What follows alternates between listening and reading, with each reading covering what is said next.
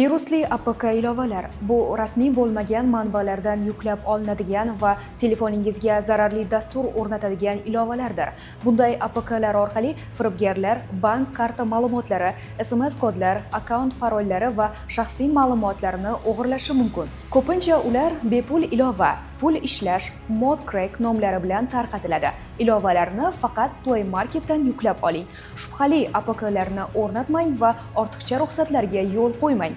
Shuningdek, bugungi kunda juda ko'p tarqalayotgan firibgarlikning yana bir turi soxta SMSlar. Masalan, kompensatsiya beriladi mazmunidagi SMSlar. Bu fuqarolarni aldashga qaratilgan firibgarlik xabarlari. Bunday SMSlarda odatda sizga davlat yoki bank tomonidan pul ajratiladi deb yoziladi va havolani bosish, karta ma'lumotlarini kiritish yoki SMS kodni yuborish so'raladi.